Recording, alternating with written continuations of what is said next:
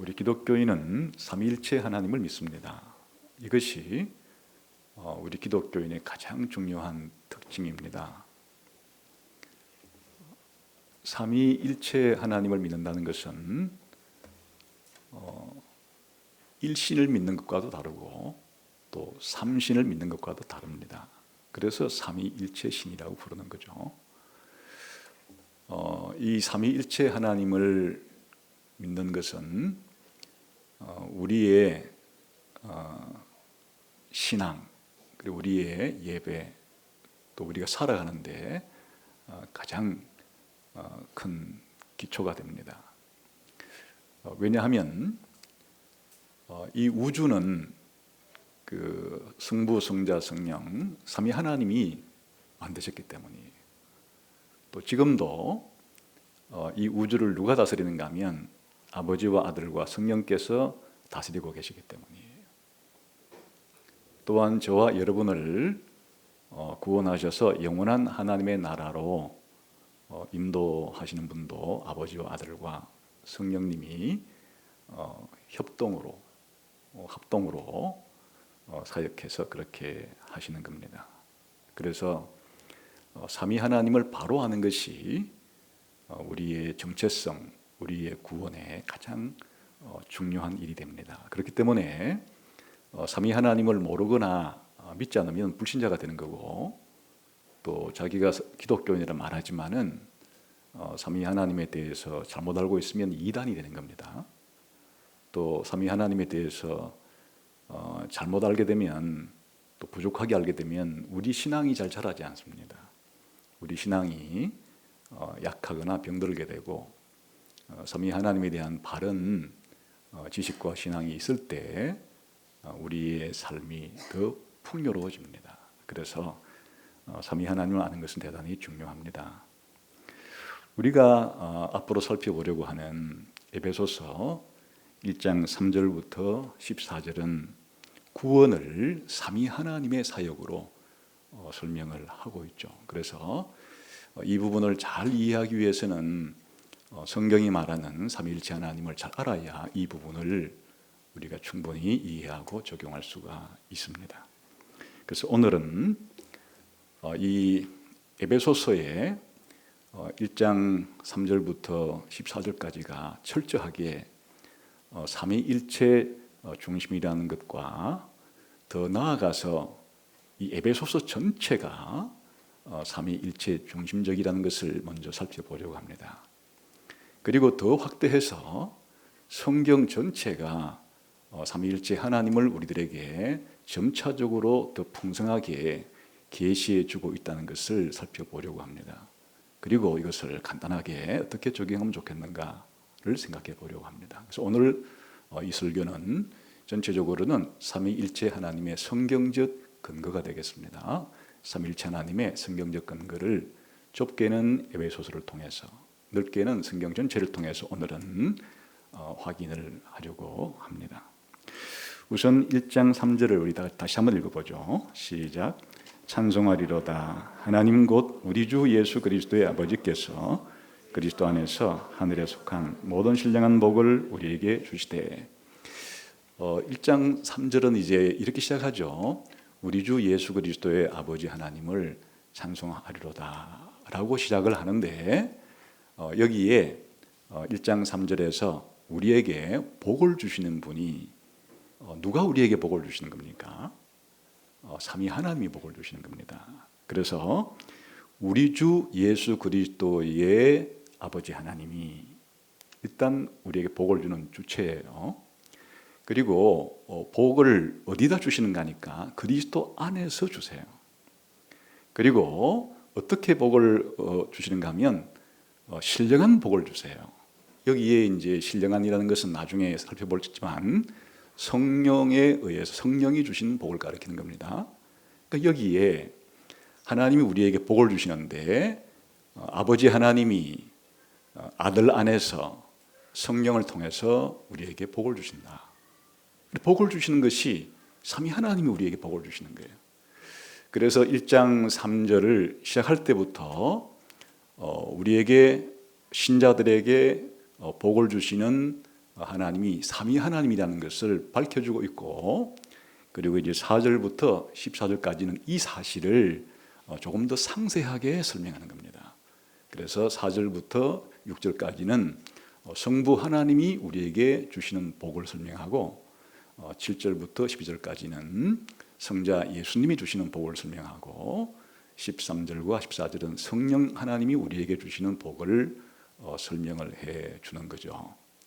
그래서 이제 우리가 앞으로 이 본문을 살펴볼 때 삼위 하나님이 누구시고, 또 삼위 하나님 성부와 성자와 성령 사이에 어떤 관계이시고, 어떻게 협력해서 구원을 이루어 가시는가를 살펴보기 전에, 이제 오늘은 이 성경적인 근거를 좀 더 튼튼하게 살펴보려고 하는 거죠. 그래서 이 에베소서는 사도 바울이 지금 이 첫 시작할 때만 구원을 삼위일체적으로 설명하는 것이 아니고, 사실 에베소서 전체가 삼위일체 중심적으로 우리들에게 구원이 되었건 교회가 되었건 우리가 살아가야 되는 삶이 되었건 그렇게 설명을 하고 있습니다. 한번 이제 좀 찾아보죠. 1장 17절을 한번 보겠습니다. 같이 한번 읽어볼까요? 시작. 우리 주 예수 그리스도의 하나님 영광의 아버지께서 지혜와 계시의 영을 너희에게 주사 하나님을 알게 하시고, 여기에 이제 우리가 구원을 받기 위해서는 먼저 하나님 자신을 우리에게 알려주셔야 되죠. 또 우리가 하나님을 알아야 되죠. 이렇게 하나님이 우리에게 자신을 알려주시고, 거꾸로 말하면 우리가 하나님을 알아가는 과정이 삼위일체적이에요. 누가 우리에게 하나님을 알려주세요? 바로 우리 주 예수 그리스도의 하나님 영광의 아버지 성부 하나님께서 예수 그리스도 안에서, 여기 지혜와 계시의 영은 성령을 가리키는 겁니다. 성령을 통해서 우리에게 자기를 알리시는 겁니다. 다시 말하면 하나님이 자신을 우리에게 알리실 때 삼위 하나님이 협력적으로 알리시는 거예요. 아버지 하나님이 아들을 통해서 성령을 통해서 우리에게 자신을 알리시면, 거꾸로 우리는 성령을 통해서 아들을 통해서 아버지를 알아가게 되는 거죠. 이렇게 하나님이 자기를 계시하시고 우리가 하나님을 알아가는 과정이 삼위 하나님의 협력적인 사역을 통해서 이루어지고 있다 하는 것을 설명하고 있습니다. 그 다음에 이제 하나님께서 우리 신자 한 사람 한 사람을 구원해서 단체를 만들면 그게 바로 교회죠. 교회는 하나님이 구원하신 단체인데, 이 교회는 삼위 하나님의 작품이에요.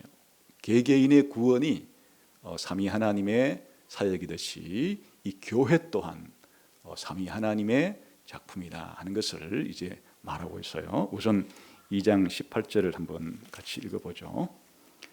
시작. 이는 그로 말미암아 우리 둘이 한 성령 안에서 아버지께 나아감을 얻게 하려 함이라. 여기서 이제 우리 둘이라고 하는 것은 앞뒤 좌우를 읽어보게 되면은 유대인 가운데서 예수님을 믿게 된 유대인 기독교인과 또 이방인 가운데서 예수님을 믿게 된 이방인 출신 기독교인 둘을 가리켜요. 이게 합쳐져서 교회가 되는 거예요. 그러니까 예수님이 오시기 전에 약 2000년 동안 인류는 유대인과 이방인으로 완전히 구분되고 분리되어서 있었어요. 그런데 교회는 바로 유대인과 이방인을 막론하고 이 둘이 예수님을 믿게 되면 이 둘이 이제 하나님께 나아가게 되는데, 여기 보게 되면 삼위일체적인 과정을 통해서 나아가게 되죠. 다시 말하면 여기서 그로 말미암아 한 것은 예수님 가리켜요. 우리가 성령 안에서 예수님을 통해서 아버지 하나님께 나아간다. 우리가 아버지 하나님께 직접 나아갈 수가 없는 거예요. 그리스도를 통해서 나아가야 하고, 또 그리스도께 나아갈 때 성령이 없이는 그리스도를 제대로 알 수가 없는 거예요. 그래서 우리가 하나님 아버지께 나아가는 것이 최종적인 목표인데, 성령을 통해서 그리스도를 통해서 아버지께 나아간 누가? 교회가.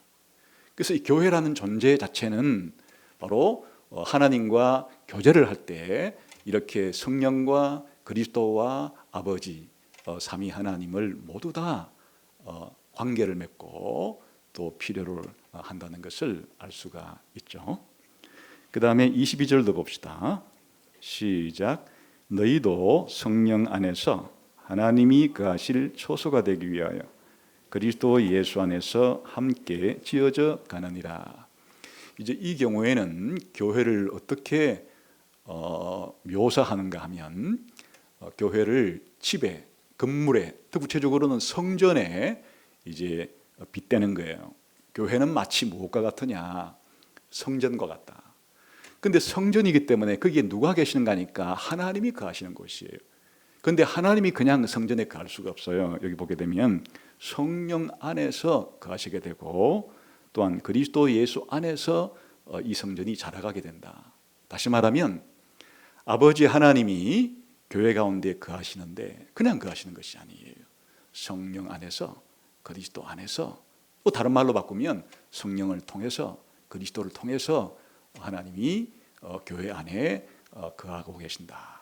그러니까 교회를 성전이라고 말할 때 삼위 하나님이 성전된 교회와 함께 하시고 또 이 성전을 자라게 하시는데 여기에 삼위 하나님이 함께 역사하고 계신다 하는 것을 지금 말해주고 있죠. 그 다음에 조금 더 뒤로 가서 3장 4절부터 5절까지를 보겠습니다. 읽어보겠습니다. 시작. 그것을 읽으면 내가 그리스도의 비밀을 깨달은 것을 너희가 알 수 있으리라. 이제 그의 거룩한 사도들과 선지자들에게 성령으로 나타내신 것 같이 다른 세대에서는 사람의 아들들에게 알리지 아니하셨으니, 이게 이제 그리스도의 비밀이라는 게 뭔가 하면 방금 말했던 거예요. 우리 둘이 그리스도 안에서 성령 안에서 하나님께 나아가는데 쉽게 말하면 유대인 출신과 이방인 출신들이 함께 구원을 받을 수가 있다는, 이건 구약시대 때는 아주 희미하게 하나님이 가르쳐 준 것이지만 신약시대에 완전히 밝혀주신 거기 때문에 이거를 그리스도의 비밀이라고 말하는데, 이 그리스도의 비밀을 누가 가르쳐 주느냐? 아버지 하나님이 가르쳐 주는 거예요. 누굴 통해 가르쳐 주느냐? 성령을 통해 가르쳐 주는 거예요. 이 교회가 유대인과 이방인이 하나가 됐다고 하는 이 놀라운 구약시대에 비하면 신약시대의 엄청난 이와 같은 비밀이 바로 아버지에 의해서 그리스도 안에서 성령을 통해서 이렇게 밝혀지고 있다 하는 이야기를 하고 있는 거죠. 그러니까 바로 이 놀라운 비밀도 삼위 하나님의 협력으로 우리들에게 알려지고 있다, 그런 뜻이 되겠죠. 그 다음에 조금 더 뒤로 가서 14절부터 17절까지 바울이 교회를 위한 기도를 드리는데 어떻게 기도를 드리는가 봅시다. 14절부터 시작. 이러므로 내가 하늘과 땅에 있는 각 족속에게 이름을 주신 아버지 앞에 무릎을 꿇고 비노니, 하나님 아버지가 나왔죠. 그 다음에 그의 영광의 풍성함을 따라 그의 성령으로 말미암아 너희 속사람을 능력으로 강건하게 하시며, 성령님이 등장했죠. 그 다음 17절. 믿음으로 말미암아 그리스도께서 너희 마음에 계시게 하시옵고 너희가 사랑 가운데서 뿌리가 박히고 터가 굳어져서, 여기까지만 봐도 되겠습니다. 지금 기도를 할 때 철저히 지금 이 바울 사도는 삼위 하나님 중심으로 지금 기도를 드려요. 기도를 받으시는 대상은 지금 아버지 하나님이죠. 거꾸로 말하면 바울이 아버지 하나님께 지금 기도를 드리는데 기도의 내용이 뭔가 하면 성령께서 이 교회를 아주 힘있게 해달라고 그래요. 왜 성령께서 교회를 아주 힘있게 만들어야 되는, 그래야 성령에 의해서 그리스도가 우리 안에 왕으로 주권자로 계시면서 우리를 보호하시고 인도한다는 사실을 알 수 있기 때문에 기도라는 것 자체가 성령 충만하게 해주세요, 그리스도 충만하게 해주세요라고 하나님께 기도하는 거예요. 우리가 그 내용을 좀 구체적으로 다양하게 표현할 수는 있겠지만은 우리의 가장 중요한 기도의 내용은 그리스도가 우리의 왕이시고 주인이시고 모든 것의 모든 것이 되기 때문에 이 사실을 잘 아는 것이 우리 신자가 자신의 정체성을 가지고 힘있게 살아가는 일인데, 이것이 이루어지려 그러면 성령께서 우리에게 이런 힘을 줘야 되는 것이에요. 그러니까 사도 바울은 그리스도께서 우리 안에 믿음으로 계시게 되기를 성령께서 힘을 주어서 깨닫게 해주시도록 아버지 하나님께 무릎을 꿇고 기도를 드린다. 우리가 기도를 드리는 행위 가운데 이렇게 삼위 하나님의 각 위에 대해서 우리가 제대로 바르게 아는 것이 기도를 바르게 드릴 수 있는 그런 중요한 것이 된다. 이것도 교회를 위한 기도에 있어서 삼위 하나님 중심이다 하는 것을 알 수가 있겠습니다. 그 다음에 조금 더 뒤로 들어가서 4장 4절부터 6절까지를 보겠는데, 아예 그냥 1절부터 읽는 것이 더 좋을 것 같아요. 시작. 그러므로 주 안에서 갇힌 내가 너희를 권하노니 너희가 부르심을 받은 일에 합당하게 행하라. 자, 여기까지 보면 이제 사도 바울이 내가 지금까지는 하나님이 여러분들을 부르신 것에 대해서 이야기를 했다. 다른 말로 바꾸면 하나님께서 여러분들을 구원해 주신 것을 지금까지는 내가 말씀을 했다, 기록을 했다, 이런 뜻이에요. 자, 그런데 그렇기 때문에 하나님께 부르심을 받은 대로, 달리 말하면 구원 받은 사람답게 이제 행동을 해야 된다, 이렇게 하는데 그 행동이 뭐냐? 그게 2, 3절이에요. 시작. 모든 겸손과 온유로 하고 오래 참음으로 사랑 가운데서 서로 용납하고 평안에 매는 줄로 성령이 하나 되게 하신 것을 힘써 지키라. 그냥 우리 교회가 혹은 또 우리 기독교 개인이 신자답게 행동해야 되는 첫 번째 가장 중요한 사실은 성령이 하나 되게 만들어 주신 것을, 이 하나됨을 힘써 지켜야 되는 거예요. 일치, 연합, 조화, 이 하나됨을 힘써 지키는 것이 이게 기독교인이 힘써야 될 첫 번째 가장 중요한 사실이에요. 그런데 이제 이렇게 하려고 그러면 어떻게 해야 되는가 하니까 겸손해야 되고 온유해야 되고 오래 참아야 되고 서로 용납해야 돼요. 이 반대로 하면 교만하고 거칠고 참지 못하고 다른 사람을 용서하거나 용납하지 않으면 깨지는 거죠. 이 교회 공동체가 시끄러운 소리가 나고 분열되고 다투고 싸우는 거예요. 그러니까 교회가 해야 되는 첫 번째 중요한 사실은 하나님께서 성령님을 통해서 하나로 만들어준 이 연합을 아주 굳세게 지키라, 이런 얘기잖아요. 그런데 이렇게 우리가 이 교회가 하나 되고 연합됨을 지키는 근거가 무엇인가 하니까 바로 삼위일체 하나님이 하나이기 때문이에요. 그게 이제 4절부터 6절까지인데 읽어봅시다. 시작. 몸이 하나요 성령도 한 분이요 이와 같이 너희가 부르심의 한 소망 안에서 부르심을 받았느니라. 주도 한 분이요 믿음도 하나요 세례도 하나요 하나님도 한 분이시니 곧 만유의 아버지시라. 만유 위에 계시고 만유를 통일하시고 만유 가운데 계시도다. 교회는 7개의 하나됨이라고 하는 이 튼튼한 기초에 의해서 교회는 하나가 되는 거예요. 교회는 하나예요. 왜 교회가 하나냐? 여기서 몸이 하나요 하는 게 교회는 하나라는 얘기인데 왜 이 교회가 하나냐?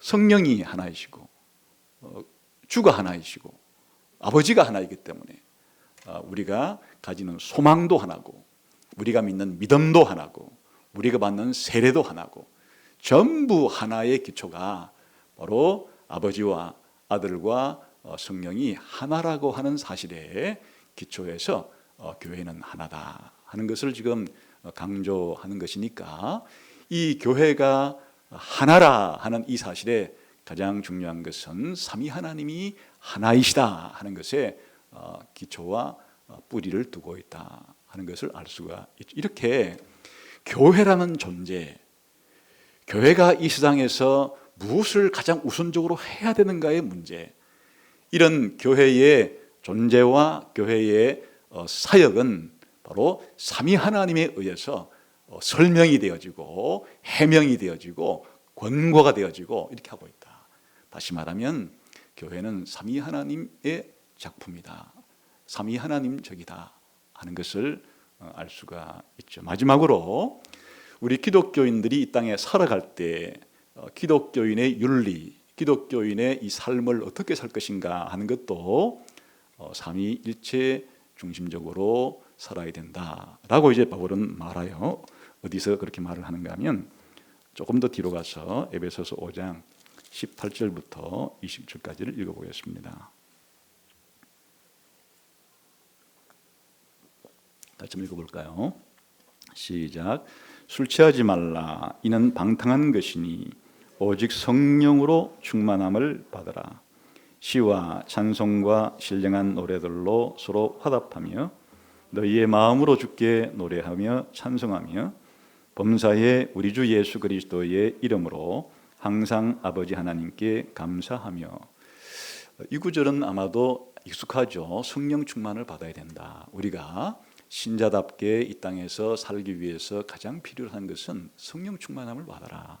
성령이 충만해야 신자다운 삶을 살 수가 있다. 그런데 막상 성령 충만이란 뭡니까? 성령 충만 받으면 어떤 결과가 나옵니까? 라고 물었을 때 바로 20절이에요. 성령 충만하게 되면 범사에 우리 주 예수 그리스도의 이름으로 항상 아버지 하나님께 감사를 하게 돼요. 성령 충만하다는 증거가 무엇입니까? 성령 충만하다고 하는 결과가 무엇입니까? 아버지 하나님께 모든 일에 감사드리는 사람이 되는 겁니다. 그 19절에는 찬송 드리는 사람이 되는 거예요. 주께 찬송을 드리는 사람이 되는 거예요. 이때 주는 하나님이죠. 하나님 아버지께 찬송을 드리고 또 무슨 일이든지 감사를 드리는데 그렇게 할 수 있는 근거가 바로 예수 그리스도 때문이에요.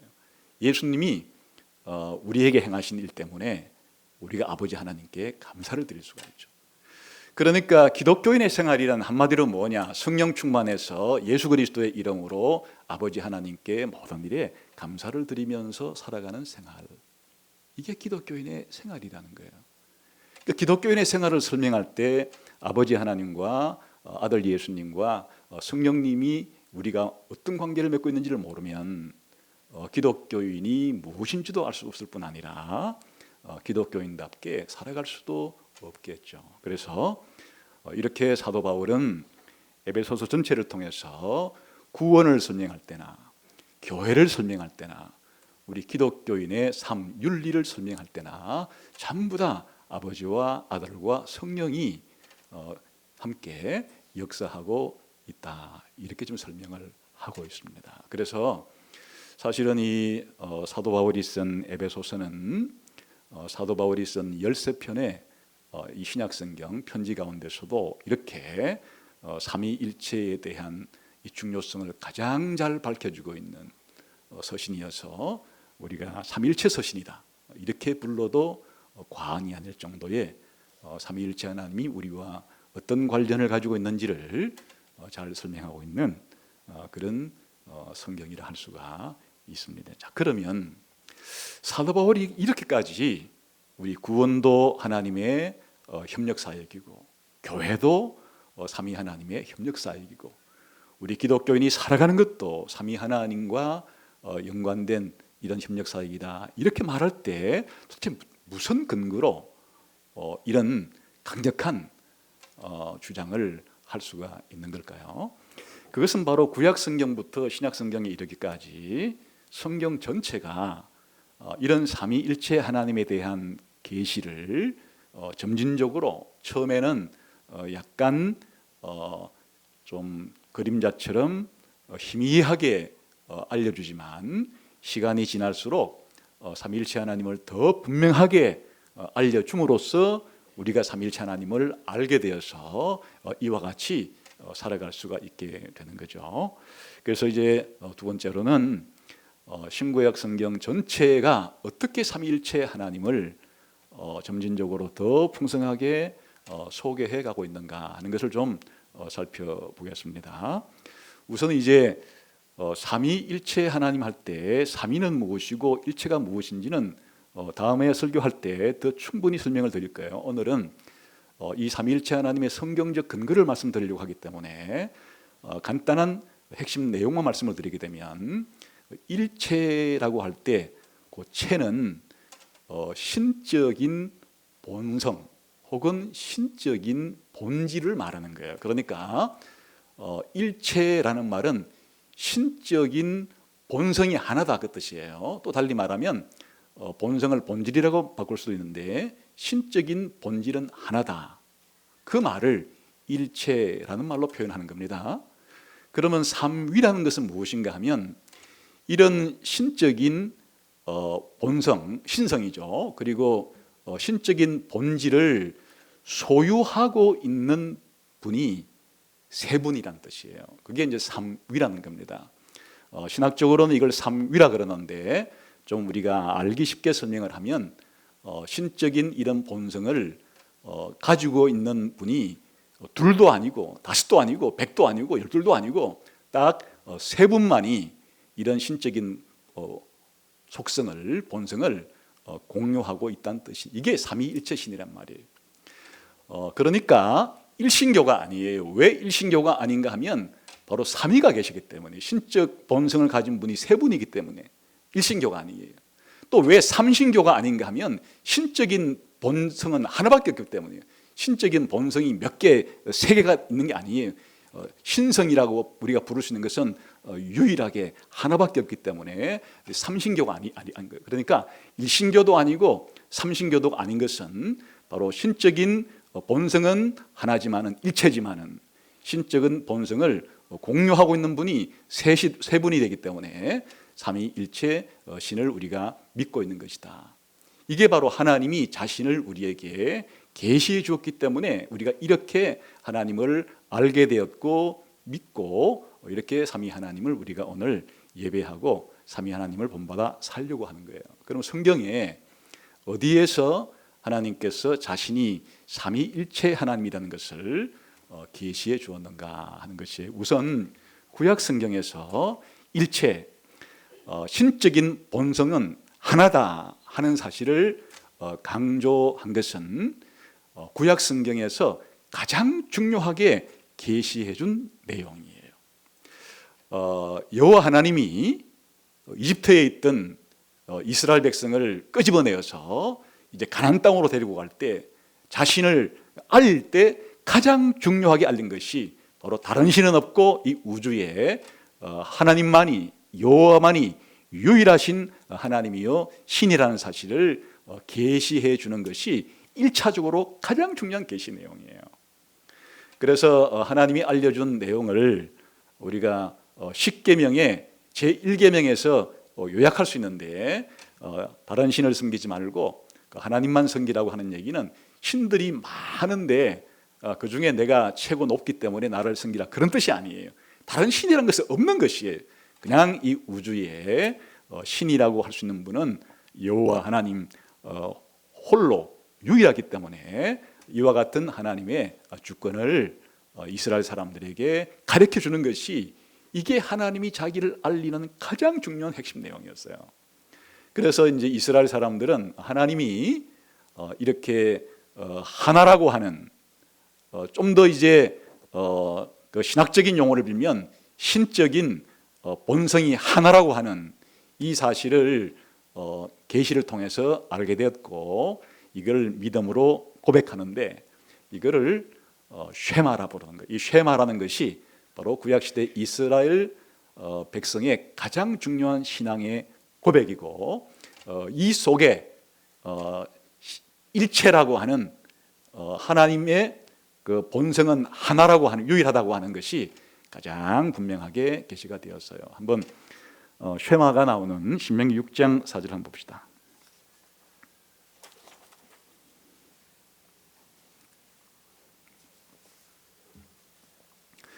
이 신명기 6장 4절은 그런 면에서 구약 성경에서 하나님의 자기 계시 가운데 가장 중요한 계시라고 할 수도 있겠고, 이 계시를 받은 이스라엘 사람의 가장 중요한 신앙 고백이라 할 수도 있습니다. 한번 읽어봅시다. 시작.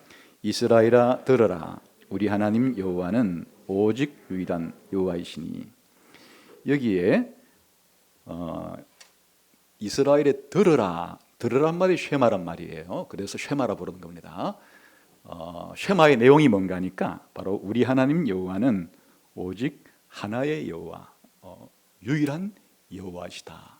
바로 여기에 하나님의 유일성, 여호와의 유일성, 다른 말로 말하면 하나님은 하나라고 하는 이 사실이 이스라엘 사람이 아침에도 저녁에도 그냥 머리끝부터 발끝까지 이스라엘 사람의 혈관을 흐르는 것은 이 여호와의 유일성, 여호와 하나님의 유일성 신앙, 다시 말하면 유일신 신앙을 가진 것이 이게 고대의 동서지방을 막론하고 유일했던 유일무이한 사람들이 바로 이 사람들이에요.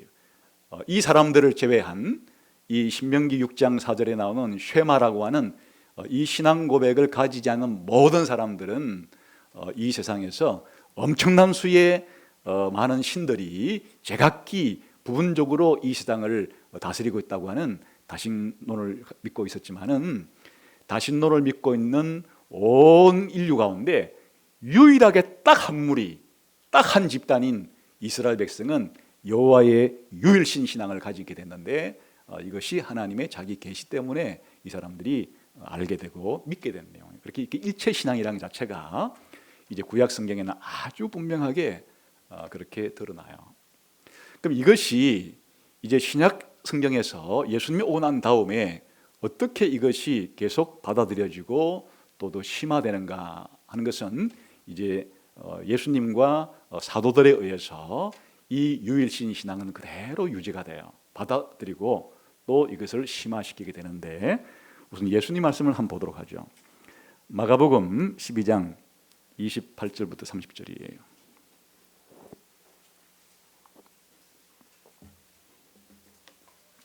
한번 읽어봅시다. 시작. 서기관 중 한 사람이 저희의 변론하는 것을 듣고 예수께서 대답 잘하신 줄을 알고 나와 묻되 모든 계명 중에 첫째가 무엇입니까? 예수께서 대답하시되 첫째는 이것이니 이스라엘에 들으라 주 곧 우리 하나님은 유일한 주시라. 이게 뭐예요? 지금 이스라엘의 서기관이 기본적으로 달리 말하면 성경학자에 해당이 되는데 성경에서 가장 중요한 내용이 뭡니까?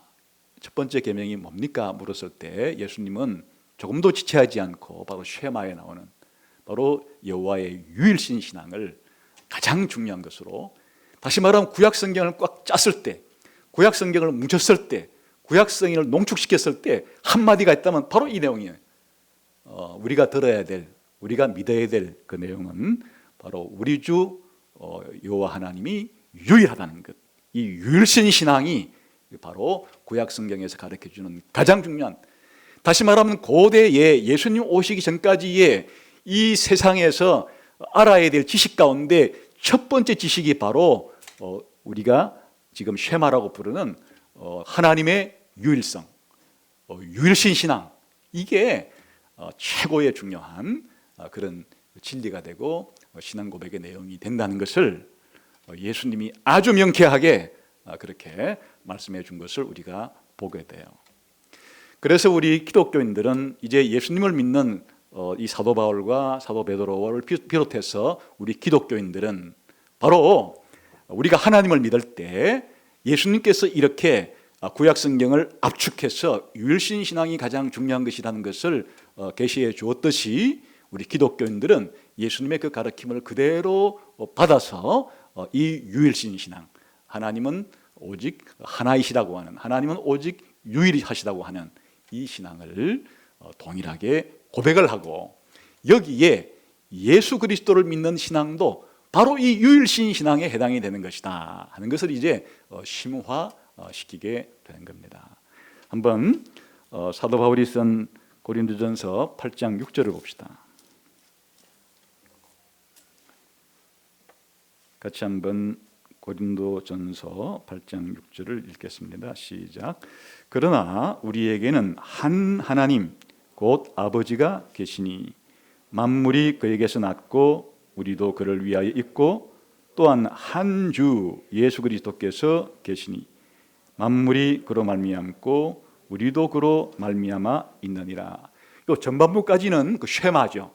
근데 이 쉐마 신앙과 동일하게 한 주 그리스도가 우리의 기독교의 유일신 신앙에 함께 포함이 되는 거예요.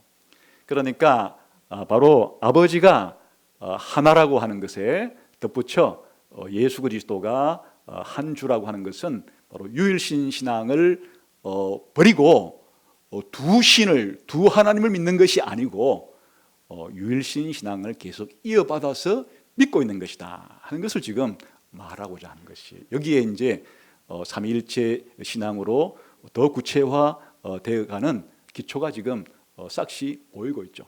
그러나 일단 이 유일신 신앙을 더 심화시키고 있는 과정이에요. 그래서 신약 성경도 우리들에게 구약 성경과 똑같이 구약 성경의 유일신 신앙을 그대로 이어받는 것입니다. 하나님은 하나라고 하는 것을 이어받아서 갈라디아서 3장 20절에 보게 되면 중보는 한편만 위한 자가 아니니 오직 하나님은 하나이시니라. 오직 하나님은 하나이시니라 라고 하는 이 신앙을 기독교인들도 유대인보다도 더 강력하게 오직 하나님은 하나라고 하는 신앙을 계속해서 가지고 있게 되었다 하는 것을 이제 우리가 성경을 통해서 보았는데, 좀 더 이제 우리들에게 어려운 것은 이런 하나님은 하나이신데 어떻게 이런 신성을 가진 분이 셋이 될 수 있는가 하는 이 삼위성, 이 하나의 신성 안에 있는 이 복수성인 이 삼위성이 일반 사람들에게, 기독교인들이 아닌 사람들에게 잘 이해하기가 어렵고 믿어지지 않는 내용이 되겠죠. 그래서 이 삼위성에 대해서 이 신적인 본성은 하나지만은 이런 신적인 본성을 공유하고 있는 이가 셋이라고 하고 있는 이 삼위성에 대해서는 그럼 성경이 어떻게 계시를 하고 있는가 하는 것이에요. 가장 먼저 창세기 1장부터 이 삼위성에 대한 계시가 아주 희미하게 암시 정도로, 밝게 드러나진 않아요. 아주 암시 정도로 드러나는데, 그것은 여러분이 잘 알고 있는 창세기 1장 26절에 보게 되면 하나님이 여호와 하나님께서 인간을 만드시죠. 창조의 걸작품인 인간을 만들 때 어떻게 표현하는가 하면 우리가 우리의 형상대로 우리가 사람을 만들자, 복수식으로 말하는 거예요. 그러니까 구약에서 가장 중요한 여호와는 하나이시니, 하나님은 하나이시니라고 하는 이 유일신 신앙을 성경이 가장 중요하게 표현하고 있다고 그랬죠. 그런데 이 여호와 하나님이 인간 창조를 말씀할 때 우리가 우리의 형상대로 우리가 사람을 만들자 이렇게 복수로 표현하고 있는 여기에 아주 희미한 삼위에 대한, 삼위 하나님에 대한 씨앗처럼 비록 이 가날펴긴 하지만, 작지는 하지만은 암시가 드러나고 있는 것을 이제 볼 수 있어요. 그런데 이제 이것이 좀 더 구체화되기 시작하는데, 창세기 1장 2절에 보게 되면 여호와의 그 하나님의 그 영이 수면에 운행하시니라 하면서 창세기 1장 2절부터 하나님의 영이 소개가 돼요. 그런데 이 하나님의 영이 누구냐? 이사야서를 읽어보게 되면, 이사야 63장에 가게 되면 이 창세기 1장 2절에 하나님의 영이라고 표현된 이가 여호와의 성령으로 혹은 여호와의 영으로 소개가 돼요. 다시 말하면 이 이집트의 포로로 잡혀 있는 이스라엘 백성을 끄집어내고 또 바벨론의 포로로 잡혀 있는 사람들을 하나님께서 구출할 때 누가 이들 가운데 역사하는가 하면 여호와의 영이 역사를 하는 거예요. 사실은 여호와의 영이라고 표현된 이분은 여호와와는 구별되기 때문에 여호와의 영이라고 불러요. 여호와와 구별되지만은 그러나 하는 일이 여호와와 똑같은 것이에요. 그래서 여호와의 영이란 표현 속에 여호와와는 구별되면서도 여호와와 동등한 그런 신성을 가진 그런 영이 있다는 사실을 계시해 주고 있는 것이에요. 더 구체적으로는 또한 여호와의 사자라고 하는 표현이 구약 성경에 많이 나오는데 아주 신비로운 인물이에요. 왜 신비로운 인물인가 하면 여호와의 사자라고 표현된 인물은 모세에게도 나타나고 또 그 요수아에게도 나타나고 많은 인물들에게 나타나는데 여호와께 보냄을 받은 사람이에요. 그런 보낸 인물이에요. 그러니까 여호와와는 구별되는 인물이죠. 여호와가 여호와의 사자를 보내고 여호와의 사자는 여호와께 부름받죠. 그런데 곧 이어서 문맥적으로 보면 이 여호와의 사자가 곧 여호와예요. 여호와와 동등한 말을 하고 동등한 행동을 하고 이런, 그러니까 여호와와 동등한 인물이에요. 그러니까 여호와와 구별되면서도 여호와와 동등한 인물, 이 신비로운 인물이 바로 신약 성경에 나오는 그리스도가 되시는 거예요. 그러니까 신약 성경에서 나중에 이제 삼위로 밝혀지는 성령은 구약 성경에서 여호와의 영으로, 또 예수님으로 밝혀지는 아들 하나님은 구약 성경에서 여호와의 사자로, 이렇게 구약 성경에도 신약 성경의 삼위 하나님으로 등장할 성령과 바로 그리스도가 이런 여호와의 영이라는 이름으로, 여호와의 사자라는 이름으로 이렇게 아주 씨앗처럼 희미하지만은 암시가 되어 있어요. 어떤 성경 본문에는 이 삼위 하나님 가운데 두 분이 함께 소개될 때가 있어요. 대표적인 본문이 시편 110편 1편인데 시편 110편 1편은 여호와께서 내 주에게 말씀하시기를 너는 내 우편에 앉아라. 여기에 보좌에 앉으신 여호와도 하나님이시고 여호와 하나님 보좌 우편에 앉은 이 분도 바로 여호와 하나님과 동등한 신성을 가지신 분이라는 걸 알 수 있어요. 그러니까 보좌에 앉으신 분이나 보좌 우편에 앉으신 분이나 여호와나 주라고 표현된 인물이나 신성을 가졌다는 점에서는 동등한데, 그런데 구별되죠. 여호와는 보좌에 앉아 계신 것으로 또 주는 여호와의 보좌 우편에 앉아 계신 것으로, 이것이 신약 성경에 오면 바로 예수님께서 그 하나님 보좌 우편에 앉은 인물을 예수님으로 바로 설명을 하고, 모든 예수님의 제자들도 바로 시편 110편 1절이 거기서 나오는 인물이 아버지 하나님과 예수님이라는 사실을 그렇게 밝히 드러내는 것이 이제 신약 성경의 중요한 공헌이죠. 그러니까 구약 성경에도 이미 아버지 하나님과 아들 예수님과의 관계를 시편 110편 1편 같은 그런 구절을 통해서 희미하기는 하지만은, 씨앗 같은 형태로기는 하지만은 아버지 하나님과 아들 하나님의 관계를 미리 보여주고 있다, 그런 뜻이에요. 그 다음에 아버지와 아들과 성령이 모두 함께 등장하는 그런 구약 성경의 본문도 있어요. 그런 본문이 바로 이사야 61편의 1절에 나오는 그런 내용인데, 거기 보게 되면 아버지가 여호와가 성령으로 누군가의 기름을 부어요. 거기 세 인물이 다 등장하는 거예요. 기름을 부으시는 여호와, 기름 부음을 받는 자, 그리고 기름으로 표현된 하나님의 영, 이렇게 거기에 바로 아버지와 아들과 이 성령이 모두가 다 한 본문에서 그렇게 설명이 되고 있어요. 이 본문은 이제 예수님께서 이 땅에 오셨을 때 구약 성경에서는 사실은 그림자처럼 아주 언뜻 이런 삼위 하나님에 대해서 아주 희미하게 있는 듯 마는 듯 은근하게 이렇게 이제 계시되었던 것이, 예수님이 이 땅에 오시자마자 그 삼위 하나님의 이 2위 되시는 예수님이 오셨기 때문에 이제 삼위에 대한 계시가 본격적으로 비치기 시작해요.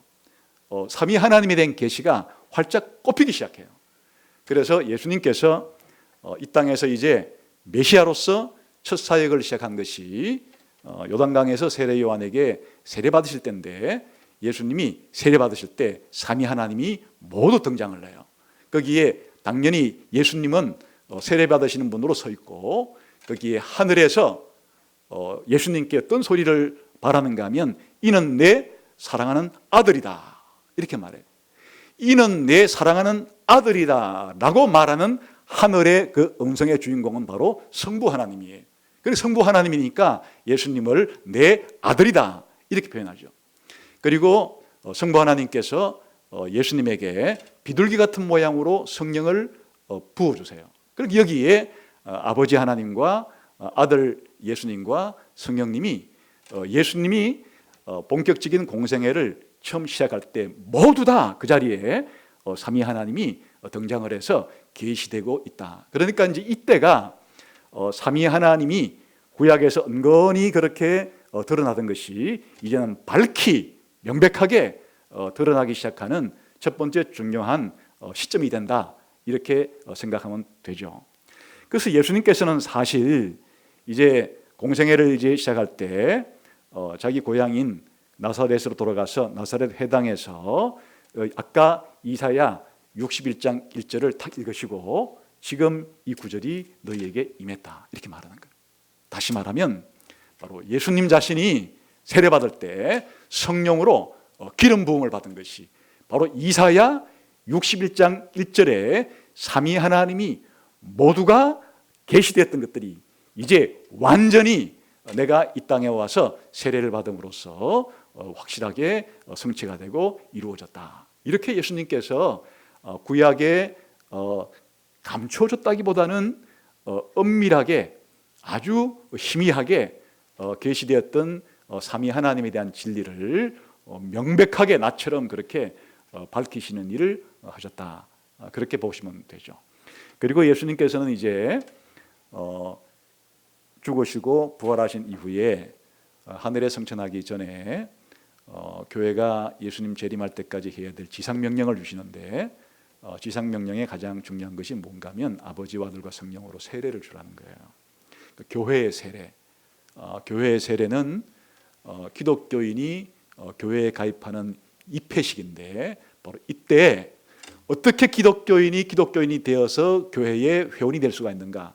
아버지와 아들과 성령의 이름으로 세례를 받아야 된다. 여기에 아주 분명하게 예수님께서 아버지와 아들과 성령이란 이름으로 이 삼위 하나님을 명백하게 계시를 해 주었죠. 그리고 예수님이 십자가에 달리시기 전날 밤에 다락방 설교라고 부르는 고별 설교에서도 예수님께서는 바로 내가 이제 아버지께 구할 텐데 아버지께서 너희에게 보혜사를 주시리라.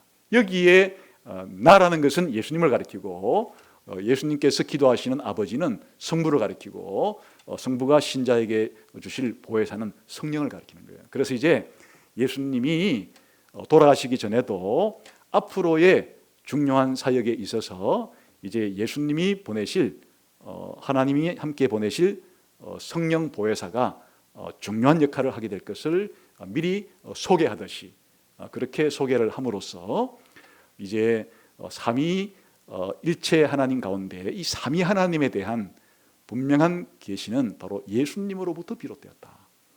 예수님이 오시게 되심으로 예수님께 일어난 사건과 또 예수님이 직접 말씀을 통해서 이 신성을 가지신 이가 셋이 있다는 사실을 분명하게 드러내준 거예요. 그래서 아버지와 아들과 성령의 이름은 단수로 하나지만은 이 단수의 이름에 함께 속해 있는 이가 아버지와 아들과 성령이라는 동등한 셋으로 그렇게 설명하는 과정을 통해서 신성을 가지신 이가 셋이라는 것을 삼이라는 것을 분명하게 밝혔어요. 그래서 이런 근거에 의해서 사도 바울이 이렇게 에베소서를 쓸 때 구원도 이 삼위 하나님 아버지와 아들과 성령의 역사고 교회도 아버지와 아들과 성령의 역사고 우리 신자의 삶도 아버지와 아들과 성령의 역사로 일어난다 이렇게 말하고 이건 사도 바울만 그런 게 아니고 사도 베드로도 베드로전서를 쓸 때 첫머리에서 삼위 하나님이 우리를 구원했다는 사실을 밝히고 또 사도 요한도 요한 1서를 쓸 때 그렇게 밝히고 하여튼 모든 예수님을 믿는 예수님의 제자들이 삼위 하나님을 가리키기 시작을 했다. 이게 그러니까 우리 기독교인들이 하나님을 신성은 하나지만은 신성을 가지시니가 셋이라고, 세 분이라고 하는 이런 삼위일체신을 믿는 것은 창세기 1장부터 뿌리가 시작이 되어서 바로 성경, 신약 성경 전체까지 삼위일체 신앙이 점차적으로 더 밝게 하나님으로부터 계시가 되었기 때문에 우리 이 세상에 삼위일체 하나님을 믿는 사람들이 생겨나게 되었다. 그게 바로 기독교인이고 기독교가 되는 거예요. 그러니까 이 세상에서 기독교인의 가장 중요한 독특성, 교회의 가장 중요한 독특성은 이 삼위일체 하나님을 믿는 신앙을 가지고 있는 거예요. 그러면 이 삼위일체 하나님을 믿는 신앙을 가지게 되면 그 결과는 우리들에게 어떤 영향을 미치게 되는가? 그것은 첫째로 삼위일체 하나님을 알고 믿느냐 안 믿느냐는 영원한 운명을 결정하는 거예요. 삼위일체 하나님을 믿는 신앙이야말로 구원받는 신앙이고, 삼위일체 하나님이 있다는 사실도 알지 못하고 삼위일체 하나님을 믿지도 않는 사람은 하나님께 심판 아래에 있는 불신자가 되는 것이에요. 그러니까 기독교와 비기독교, 기독교인과 비기독교인을 가르는 것은 다른 게 아니에요. 바로 이 삼위일체 하나님에 대한 신앙을 가지고 있느냐 가지지 않느냐 하는 것 자체가 바로 기독교인이냐 기독교인이 아니냐, 교회냐 교회가 아니냐라고 하는 시금석이 된다. 그러니까 사실 모든 기독교 교리는 이 삼위일체 하나님에 대한 교리로부터 파생되어 나오는 것이에요. 그러니까 삼위일체 하나님에 대한 교리가 잘못 이해되게 되면 다른 교리에 대한 지식도 다 엉터리가 되게 되고, 그러면 우리의 삶도 잘못 나가게 되는 것이에요. 그러니까 기독교의 가장 중요한 신앙은 바로 이 삼위일체 신앙이에요. 그래서 사도신경을 고백할 때 우리는 삼위일체 하나님을 고백하는 게 사도신경이에요. 제일 첫 신앙 고백이 아버지 하나님에 대한 신앙 고백을 하고, 그 다음에 우리 주 예수 그리스도에 대한 신앙 고백을 하고, 그 다음에 성령에 대한 신앙 고백하고, 삼위일체 신앙 고백을 하는 게 사도신경이에요. 그러니까 기독교가 무엇이냐라고 결정하는 데 있어서 그 기준은 바로 삼위일체 하나님을 믿느냐 믿지 않느냐가 기독교와 다른 비기독교, 구원받은 사람과 구원받지 않은 사람을 기르는 경계선이 된다. 이만큼 중요하다 그 말이죠. 그 다음에 삼위일체 신앙을 가진 사람들은 예배할 때 삼위일체 하나님을 예배하게 돼요. 오늘 우리가 드린 예배 순서도 한번 가만히 돌아보면, 제일 먼저 예배를 시작할 때 예배를 인도하는 사회자가 예배에 부름을 하죠. 성부, 성자, 성령 삼위 하나님께서 이 예배 가운데 임재하셔서 우리의 예배를 받아주십시오. 삼위 하나님을 초청하는 거예요. 예배의 시작은 삼위 하나님이 이 예배 가운데 임하시도록 하는 게 예배의 시작이에요. 왜? 삼위 하나님께 드리는 게 예배이기 때문에 예배의 시작은 삼위 하나님이 예배하는 현장으로, 예배하는 사람들 가운데, 예배하는 회중 가운데 임해 달라고 하는 기도가 예배의 시작일 수밖에 없는 거죠. 그 다음에 첫 번째 부르는 첫 찬송이, 찬송가 1장이 성부와 성자와 성령 삼위일체 하나님을 찬송하는 거예요. 모든 천사와 더불어, 모든 만물과 더불어 아버지와 아들과 성령을 찬송하는 것이 예배의 시작이고, 그게 찬송이고, 그것이 예배의 핵심이 되는 거죠. 그 다음에 사도신경을 우리가 고백하면서 우리가 믿는 신앙은 삼위일체 신앙이라고 하는 것을 고백을 해요. 이렇게 교회는 예배를 드릴 때 전부 다 그 예배의 시작부터 삼위일체 하나님을 부르고 삼위일체 하나님을 찬양하고 삼위일체 하나님에 대한 신앙을 고백함으로써 예배라고 하는 공적인 삼위일체 하나님과의 만남과 교제가 진행이 되는 거예요. 그럼 예배가 끝날 때 어떻게 끝나느냐? 축도를 통해서 삼위 하나님의 이름으로 복을 빌어주면서 일주일 동안 살 때 바로 아들의 은혜와 아버지의 사랑과 성령의 교제가 일주일 내도록 우리의 삶 가운데 그렇게 머물며 함께 하다가 다시 만나는 그때 우리가 또다시 삼위 하나님을 부르고 삼위 하나님을 찬양하고 삼위 하나님 신앙 고백을 하면서 예배를 드린단 말이에요. 그러니까 예배의 중심 자체가 바로 아버지께만 드리는 것도 아니고 예수님께만 드리는 것도 아니고 성령님께만 드리는 것이 아니라 삼위 하나님께 예배를 드리는 것이 이게 바로 예배다. 그러니까 삼위 하나님에 대해서 바른 지식이 없으면 기독교 예배가 아니게 되는 것이, 기독교 예배는 철두철미하게 삼위 하나님을 중심으로 예배하는 것이 바로 우리 기독교 예배의 가장 중요한 특징이다, 그런 말이죠. 아까 보았죠? 우리가 그럼 일주일 동안 살아갈 때 공부를 하건 혹은 직장을 다니건 가정생활을 하건 우리 삶의 모든 영역에서 성령 충만함이 살아야 되는데, 이 성령 충만하며 산다고 하는 이야기가 예수님을 잘 알아서 범사에 아버지 하나님께 감사를 하며 살아갈 수 있는 사람들, 이런 우리 기독교 윤리가 나타나게 된다. 그러니 우리가 믿는 것도 삼일체 중심이요, 예배하는 것도 삼일체 중심이요, 살아가는 것도 삼일체 중심이요.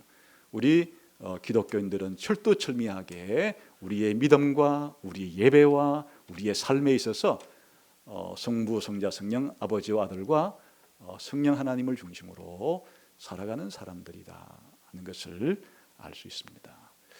여러분, 삼위일체 하나님에 대한 이 교리는 우리가 잘 알 수 없어 라고 해서 잘 모르는 것을 정당시하는 수가 있는데, 삼위일체 하나님에 대한 교리를 완전히 하는 것은 불가능하죠. 그러나 하나님께서는 오늘 우리가 보았듯이 성경을 통해서 자신을 삼위일체 하나님으로 계시하고 삼위일체 하나님으로 믿고 삼위일체 하나님으로 예배하고 삼위일체 하나님 중심으로 살기를 원하시기 때문에 그렇게 우리가 이해하고 믿고 살아갈 수 있을 정도만큼은 계시해 주신 거예요. 그래서 우리가 앞으로 이제 삼위 하나님의 구원을 공부해 나가면서 우리가 기존에 알았던 것보다 삼위 하나님의 놀라운 그런 존재하시는 방식과 사역하시는 방식에 대해서 알게 되고, 또 삼위 하나님의 구원을 더 구체적으로 알게 됨으로써 우리 개인의 신앙생활도 성장하고 풍성해지고 교회도 더 교회다운 교회가 되어줄 수 있기를 주님의 이름으로 축원합니다. 기도하겠습니다. 하나님 아버지, 감사합니다. 오늘도 주일날 우리를 부르셔서 삼위 하나님에 대해서 알려주시고 또 삼위 하나님을 믿고 예배하고 삼위 하나님을 높이며 살아갈 수 있도록 해주시니 감사합니다. 예수님 이름으로 기도하옵나이다. 아멘.